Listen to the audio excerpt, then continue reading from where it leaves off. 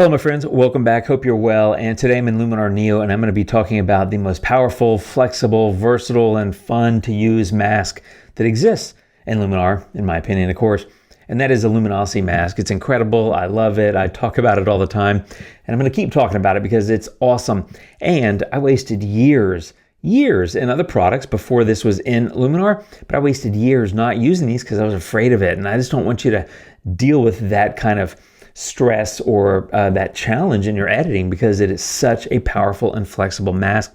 We're going to dive into that in this video and I'll show you how to use it on this photo.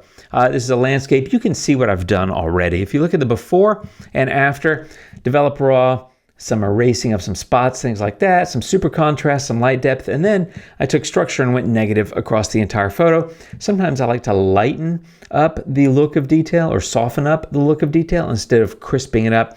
And sometimes on landscapes, especially if there's a lot of sky, I like that. I also like that a lot on the beach. I like to make it kind of smoother looking. So that's the reason I did that. Every landscape's different. But again, before and after, and that got me to where I want to go now, which is I got some more light adjustments I want to make and some color adjustments.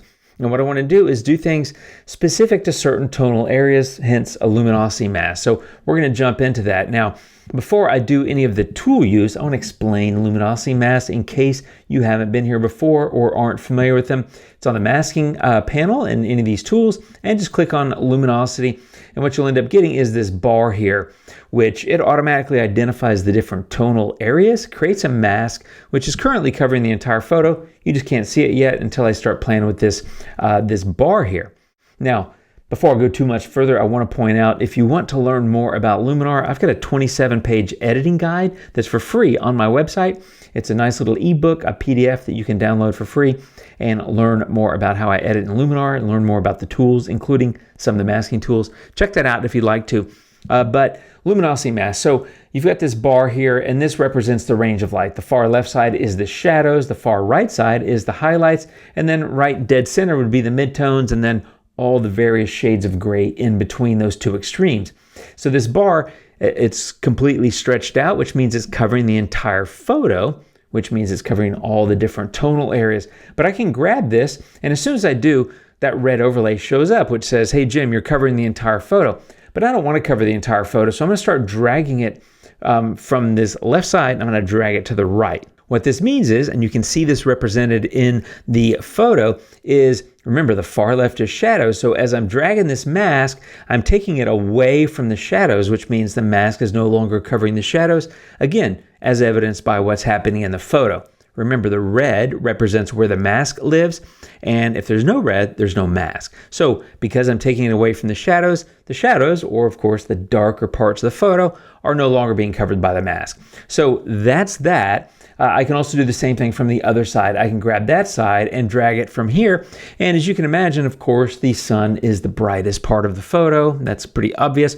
And so as I'm dragging away from the right-hand side and to the left, or more toward the center, I'm taking the mask away from the really bright parts, starting with the sun, and the further I go, it'll get into the various other tonal areas. And then you can just move this thing up and down from either side to create a mask, and I'll do a specific creation here in a minute.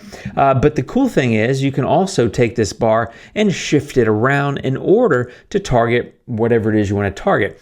What I'll often do is do something kind of like this, where I pull from both sides and get the mask away from the extremes.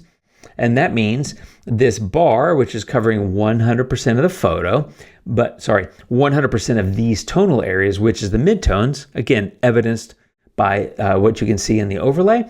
But I'll often just start with like the midtones, and then what I like to do, and what I'm a big fan of in masking, is what's called feathering. This is fading those edges out so you get a smooth transition. If you don't do that, any edits you make will be really abrupt from one zone to the other. You can tell that if you look along here and along here, along these clouds. Any edits I make will show up right there, but then it'll fall off 100% right there. So it's currently covering these midtones because remember, this bar is on top of the midtone, so that's how you know it's a midtone. But this is a shadow.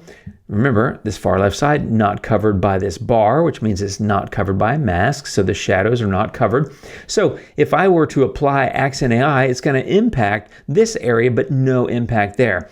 Well, the great thing about luminosity masks is you can grab this little triangle and you can separate it from the bar, right? And now what I'm doing is you can see, especially up here in the clouds, is I'm starting to transition away from that abrupt stop. Let me back up. There it is, pretty abrupt stop. And as I grab this and start to slide it left, I'm creating a smoother transition, which means the edit will more gradually fade over that entire area. You can do the same thing on the highlights, right? So you can see that on the highlights. Look right here and up here in the sky, right? Really abrupt change. But if I grab this triangle and separate it, you can see what's happening. Over here, it's fading gently, really smooth transition. Up here, fading gently, really smooth transition. So that's how luminosity masks work, and they're important because you can control light, color, detail, or whatever, and you can pick a very specific, narrow, if you want to, tonal range, but then fade it gently so you get this nice smooth transition, which means, to sum all that up, when your viewer is looking at your photo, your edits are not obvious. That's really what it comes down to, right? You can pop color in an area, but fade it into the rest so it doesn't look like, oh, he saturated this ball or this thing in my photo, but he didn't do anything else and it's really abrupt change. Instead, oh, he saturated that, but it's a nice smooth transition. It doesn't look as overwhelming to a viewer. So it's about giving the viewer a good experience with your photo, which is obviously one of the things that we're all trying to do. So now that I've said all that, I'm going to go ahead and take this luminosity mask and I want to customize it a little bit. By the way, the sliding here of this bar, remember, if it's attached, there's no transitional zone, no fade, no feather. But as you start to drag it away, you feather, and the further you drag it away, the greater the area over which that feathering occurs, which means the more gradual your transition is in your edit from receiving 100% of the edit, which is these midtones, getting 100% of whatever edit I do, to this transitional or gradient or feathered zone, it starts to get a gradual fade effect, which means the edit will also fade from 100% here to less and less all the way to 0 there. And the same thing here in the highlights. And so it comes down to control. That's really what it is, right? So I'm trying to control my edit so that I have a really nice looking photo. And what I need to do is kind of lock in on what I want to do. And I'm trying to still figure that out, because once I make this luminosity mask, I'm going to use it multiple times because I'm taking a lot of time to make it and also explain it, but I want to get it right. And I think something like that looks pretty darn good. This is pretty heavy in the midtones, which normally the midtones are a lot of the photo. You can kind of see that. But then I've got a nice gradual transition into the shadows, right? By grabbing this and dragging it. So something about like that. And a nice gradual transition into the highlights because I drag that. So I think that looks pretty good. I actually might pull this back a little bit. Pull that back a little bit and just customize this a tiny bit more. This is where having patience pays off. Not really good when you're recording videos because it makes it longer as I go through this, but really good when you're editing photos. Take your time, be patient. There's no race, there's no urgency. Take your time and get it right. I think that looks pretty good, and I'm happy with it. So now that I've got that luminosity mask in place, I'm going to go ahead and apply these adjustments, and I'm going to do like a 35 on both of these. And now if you look at the before and after, you see it more heavily in most of the sky, but not these dark clouds. Dark clouds are shadows, no mask there. This area of the sky, there is a mask there, and it fades. And so again, before and after, right? Before and after gives you a nice, gentle edit across that area. But I like this mask, so I'm going to go back into the masking menu, and I'm going to go to Mask Actions, and I'm going to click on Copy, because I'm going to use it again and again and again. The next thing I want to do is, because it's a sunset, I want to pop those golden tones. Well, one of my favorite tools for that is Golden Hour, and I'm going to go to 50, and that's a lot, to be honest. But when you start to apply these things with masks, specifically luminosity masks, which are contained to certain areas, which if you remember, it's in the midtones and it fades into the brighter parts, fades kind of gradually into the highlights. Golden hour is going to look much better than it does now. So before and after without a mask, but I just go into the masking menu, mask actions, and click paste. And as soon as I click paste, watch what happens to the photo, right? I'm going to click paste on 3. So 1, 2, 3, boom. See how much more subtle and kind of reserved that is? And I'm at 50, which arguably is kind of a lot. But the before and after, gentle and gradual across those different tonal areas, it works a charm, my friends. It absolutely works a charm. I'm going to do the same thing with color harmony. So I do like a 10 or 12 here and a 10 or 12 there. Maybe I'll do a little bit less. Maybe I'll do 8 or 9. And I'm going to take these cool colors here or something maybe about like that. And I'm going to go into shadows, which aren't really going to get very much, right? Because of the luminosity mask. I'm going to go into midtones, and I think I'm going to do about a 10 in the red. And in highlights, I'm going to do about a -7 in magenta. So again, this is currently covering the entire photo because I've done nothing with it. So before and after, it's a fair bit of color. But I'm going to go into the masks, mask actions. Remember, I'm going to click paste on 3, watch the photo, and you'll see how the edit is more gently applied. So ready? 1, 2, 3. Much more subtle because I used a luminosity mask, meaning it doesn't cover the whole photo. Only in the midtones is it covering the whole photo, and then it gradually fades both to the shadows and to the highlights and never reaches either end of it. So it's not covering the whole photo, and it's subtly applying across a large part of the photo. So color harmony before and after. Now, I've used Accent AI, Golden Hour, and 3 tools in color harmony, and my colors are popping, but they're not over the top because of the gradual use of a luminosity mask, allowing me to kind of gently apply that kind of, peanut butter spread, right? Gently. It's a little thicker in the middle of the toast, and it gets a little thinner to the edge of the toast. I don't know. I like peanut butter. Maybe you do too.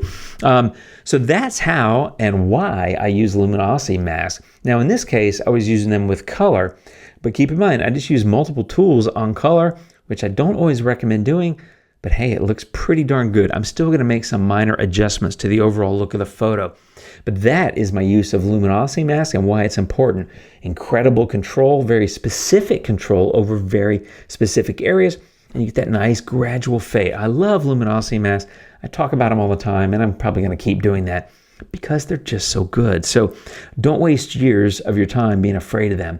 This is how you use them. That's how you put them together and why, and it just works so well.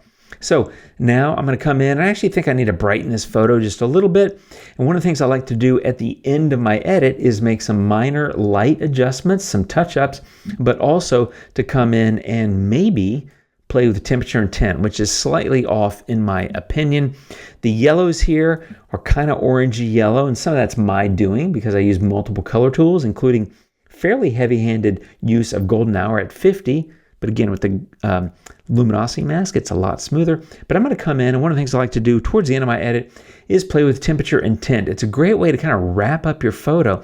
And this allows me to really get the tones that I want in the image overall. And that, to me, is a lot more subtle. And there's no masking here. This is just a use of develop towards the end of my edit to give me some final kind of minor tweaks. So if you look at before and after, right, there's a lot more yellow, kind of orange, and to me, that yellow, it starts to look a little bit green to me. It might just be the way I see things, but it makes it look a little bit green, and now I get a lot better, I think, balance of colors, and that's because I changed the temperature and the tint. And what I'm doing is, and I talk about this in a lot of videos, I'm playing off that color contrast of the warm and the cool colors. One of the reasons I love shooting like at sunset and golden hour and blue hour is you get these nice complementary color tones, the warm and the cool. And I'm playing that color tension off of each other. And there was too much yellow beforehand and not enough blue, right? So more yellow, not enough blue. Now a little bit more blue. Maybe I'll take that back. It feels a little bit too cool. But that with a little bit of tint, it just, it's what I like to say, chef's kiss, right? So before and after. And then it's really just a couple of little touch-ups. I'm going to come in with a linear gradient, and I just want to add a little bit of darkening here. I'm not going to put a vignette on this photo, but I'm going to go add a nice little subtle fade. By the way, linear gradient, this is the gradient. Same thing we were doing with the luminosity mask by grabbing that triangle and scooting that bar.